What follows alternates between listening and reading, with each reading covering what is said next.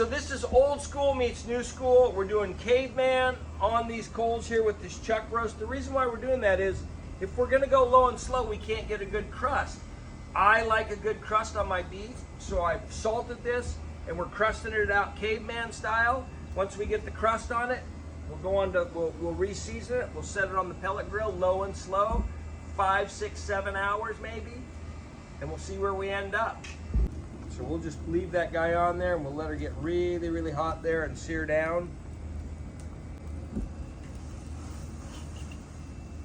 What I'm doing by banking these coals up and rolling them over is getting the hot sides out, giving them a little oxygen. That heat's rising up along the side and it's crusting the sides as well. It's really not doing a lot underneath because where that meat's sitting on those coals, you can see these coals as I pull it off and I turn, it's getting, that stuff's going black and dark. That's because the meat is actually cutting the oxygen away. So it's not so much setting on them, it's sitting around them and roasting the whole thing when you're doing this caveman style. So that's why you want to bank these coals up alongside, is to get the heat coming off those coals that are live, getting them. There's not a lot coming up from underneath because this thing's starting to kill it once you set it down.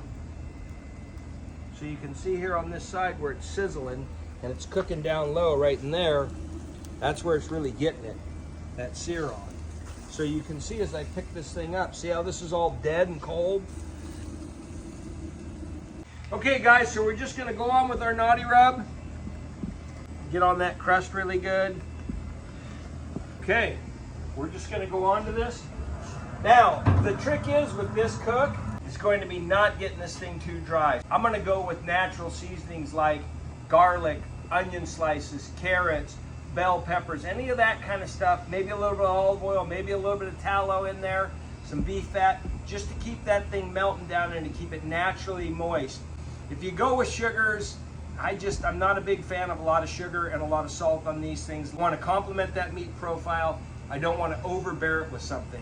So adding those garlic, carrots, that type of thing. We've already got all our spices on there. The Knotty rub's got all these different spices. It's already seasoned the meat, so we don't want to overpower that.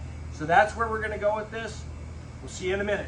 Okay, so we went ahead and we've come in after about 2.5 hours at 225 or 245, excuse me.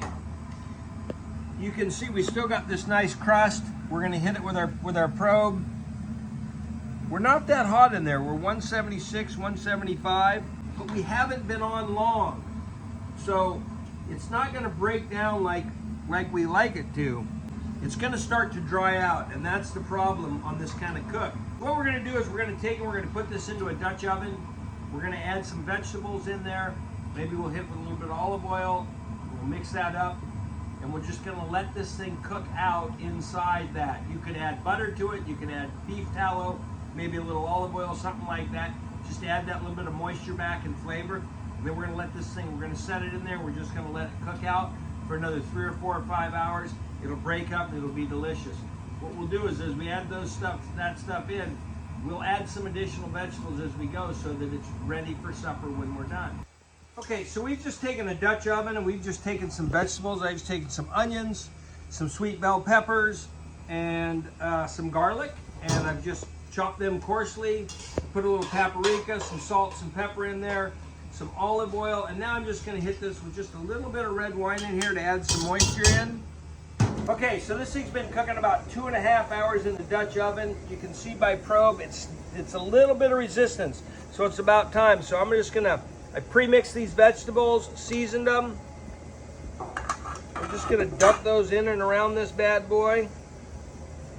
And this is gonna be our pot roast here. Cook this guy down and we'll see where we end up. Okay, so since we put the vegetables on, it's been just over 2 hours. We're gonna go ahead and pull this thing right here. We're gonna check this and see how it is. So, we're off. Potatoes are tender.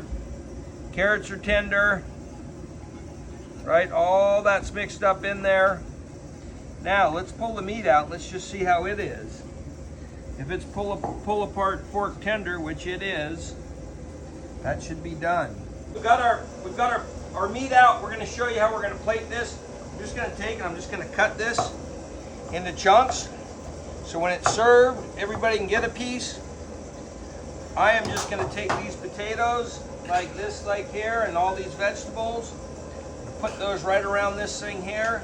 That stuff out there. Now then, we're just going to take and we're just going to plate this beef right down in the middle of that. There you have it. Pot roast for dinner. Okay, so this is a great recipe. If you like it, share it with your friends. They'll really enjoy it. If you like this video, go ahead and hit the like button below. And visit us at Knotty BBQ on Facebook, Instagram, TikTok. And you can come visit us on the website and get your Knotty Rub at knottywoodbbq.com. Happy grilling.